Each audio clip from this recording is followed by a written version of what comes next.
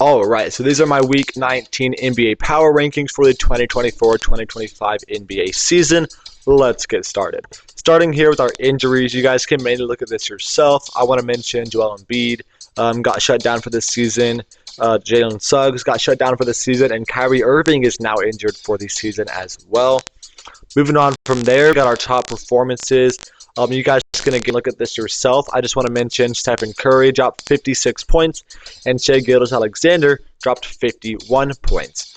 Moving on from there, we got the Charlotte Hornets here at number 30. I'll get it on the screen here for you guys. They lost 7 straight games. They went 0-4 this week, and they lost to the Washington Wizards, which is, obviously a bad team. So they are going to drop here to number 30. Number 29 is going to be the Wizards, jumping up just one spot. They got one win this week against those Charlotte Hornets, so that's why they move ahead of them. Still easily, the worst record in the league. Number 28 is the Philadelphia 76ers, so they went 1-2 this week, sitting at the 11th seed there in the Eastern Conference. So they're definitely lower than where they should be based on their record, but, with shutting down Joel Embiid for the season, I put them down here because really they've just been really bad so far. They beat the Warriors this week, but they lost to the Blazers and Knicks. Number 27, we got the Utah Jazz dropping 2 spots. They're the worst team in the Western Conference record-wise, right? They went 1-3 this week, not very good. They did beat the Timberwolves, but they lost to the Kings, Pelicans, and Pistons. Number 26, Brooklyn Nets went 0-3 this week, are the 12th seed. Still technically alive there for the play-in, but I wouldn't expect them to make any sort of run to be in the play-in. They lost to the Thunder, the Blazers, and the Pistons this week. 25 is the New Orleans Pelicans. They went 3-1 this week, 14th seed here in the Western Conference. So, certainly I think the Western Conference is better than the Eastern Conference, and that is obviously shown here with my power rankings. But 3-1 this week is good for them. They've actually been doing really good. Zion Williamson specifically has been doing pretty good, the last few games. They beat the Spurs, Suns, and Jazz, and they also did lose to the Phoenix Suns. Number 24, Toronto Raptors. They went 1-3 this week, 13th seed there in the East. Pretty bad team.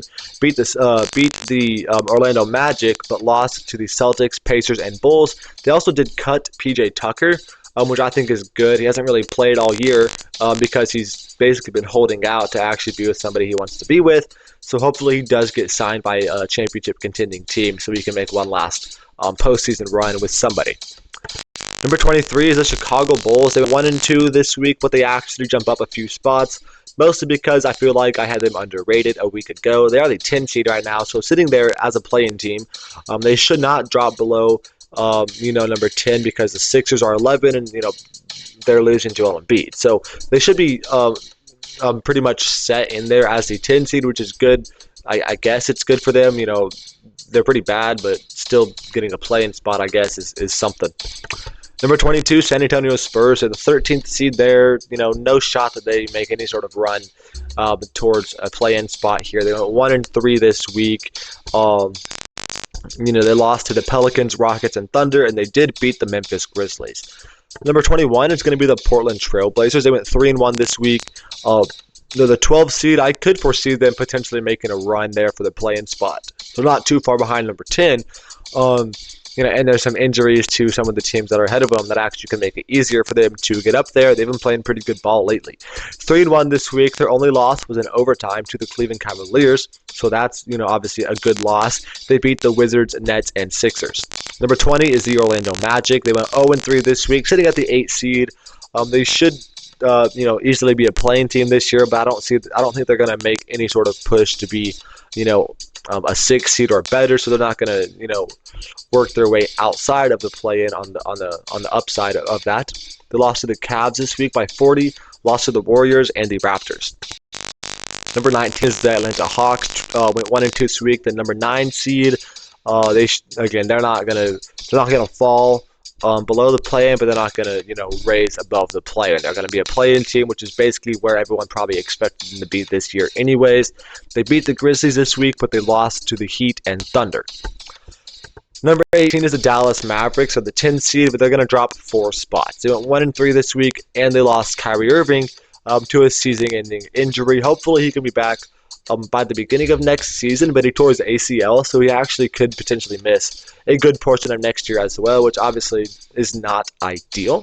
But for the Mavs' chances this year, they're pretty much shot. They're probably going to fall significantly outside of that 10 spot.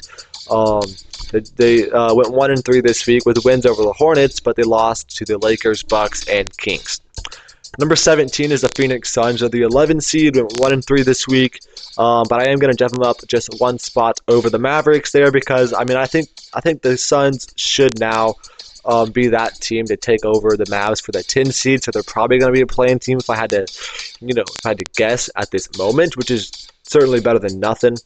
Lost to the Grizzlies, Pelicans, and Timberwolves this week and beat the Pelicans as well. Number 16 is the Miami Heat. They're the 7 seed.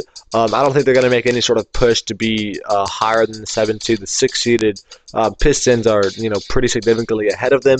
But they should very easily be a play-in team here in the Eastern Conference. This week, they beat the Hawks, Pacers, and Wizards, and they lost to the New York Knicks. Number 15, Los Angeles Clippers. They stayed the exact same spot. They're the 7 seed right now. Probably not going to raise above the 6 seed in my opinion, but certainly anything is possible there. And they're certainly not going to drop out of the play-in here in the Western Conference. They lost to the Lakers twice this week, and they beat the Chicago Bulls. Number 14 is the Sacramento Kings at the 8th seed. Same exact record there as the Los Angeles Clippers. They went 3-0 this week. Pretty good there. Beat the Jazz, Rockets, and Mavs. And again, kind of in the same situation. I don't think they're going to raise to be a top 6 seed, but they're easily going to be a play-in team, as long as they don't deal with a tremendous amount of injuries throughout the last 20 games.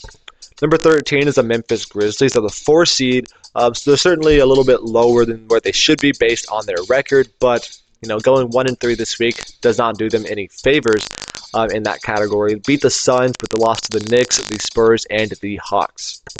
Number 12 is the Indiana Pacers, sitting at the 5 seed right now at 34-25. Went 2-1 this week. It's solid. Beat the Raptors and the Bulls. Lost to the Miami Heat. They're probably not going to be a top 4 seed in my opinion. The top 4 teams in the East are pretty much set in stone, but they should easily be a top 6 seed and avoid the play-in.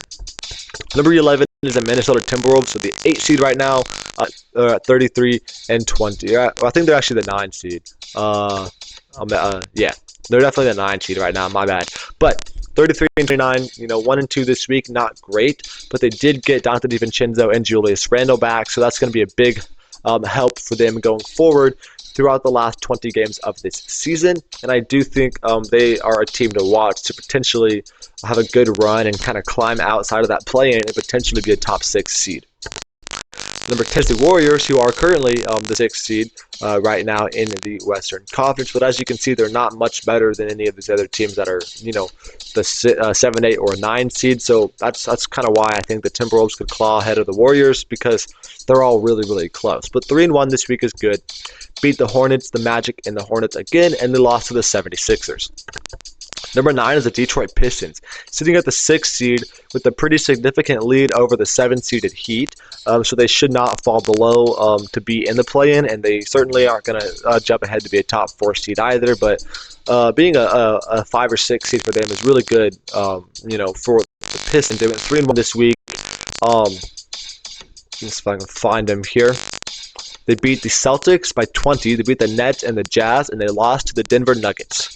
Number 8 is the Houston Rockets. They went 2-2 this week, are currently the 5 seed right now, but they do jump up 2 spots here. They lost to the Kings and Thunder, who are pretty good teams, and they beat the Bucks and the Spurs.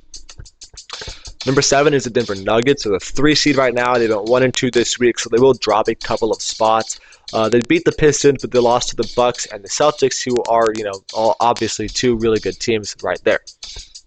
Number 6 is the Milwaukee Bucks. In the 4th seed in the East, I don't think they're going to drop below 4. Right, the Pacers are at 5. They're not too far off record-wise, but I don't foresee the Bucks dropping below them. Definitely don't see them jumping ahead of the New York Knicks at number 3, who are like 6 games better than them right now. But they went 2-1 this week, beat the Nuggets and Mavs, and lost to the Houston Rockets. And then number 5 here is going to be the New York Knicks, like I just mentioned. They're pretty much locked into the 3 seed. I know there's still 20-plus games left, but they're like 5 games ahead of Milwaukee and significantly below Boston at number 2. So probably not going to move from the 3 seed. Went 3-0 this week, though. It's pretty good, obviously, there. Beat the Sixers, Grizzlies, and the Heat. Also got Mitchell Robinson back from injury, who has yet to play all season, so that's going to be a pretty good boost for them throughout the last 20 or so games of the year. Number 4 is going to be that Boston Celtics team. They were actually number 2 last week. They went 2-2, are the 2 seed here in the Eastern Conference. A few games up ahead of the Boston Celtics, or ahead of the New York Knicks right there.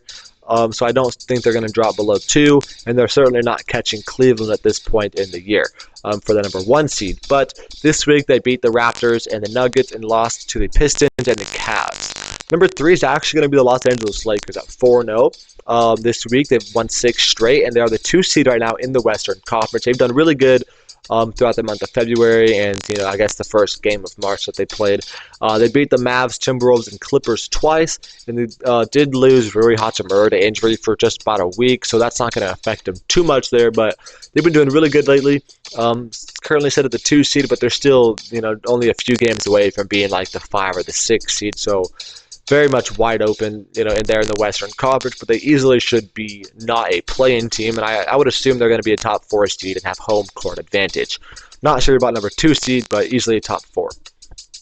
Number 2 is going to be the Oklahoma City Thunder, who have pretty much already wrapped up the 1 seed there in the West. They have like a 10-game lead or something close to that, if I'm not mistaken. So they got the 1 seed there, obviously. Beat the Nets, Hawks, Spurs, and Rockets this week to go 4-0. Really good year, good week, whatever, for the Oklahoma City Thunder. And number 1, of course, is going to be the Cleveland Cavaliers, 50-10. They have the best record in the league, just 1 less loss than the Thunder. Those teams are neck and neck right now. But the Cavs have won 10 straight games, easily the 1 seed in the East by like 8 or so games or something like that. They beat the Magic, Celtics, Blazers this week. It's going to be pretty fun to see who's going to have the best record at the end of the year between the Cavs and the Thunder. I think both teams easily get to 65 plus wins.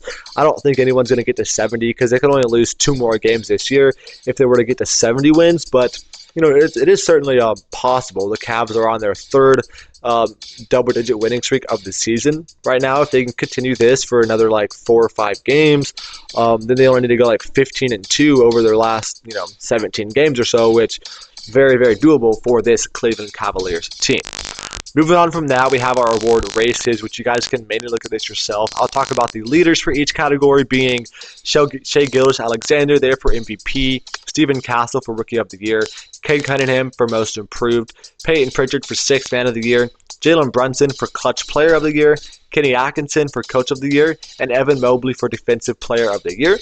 But other than that, that is going to be it for this video. Thank you for watching. Make sure to check back next week for an updated power rankings list, and goodbye.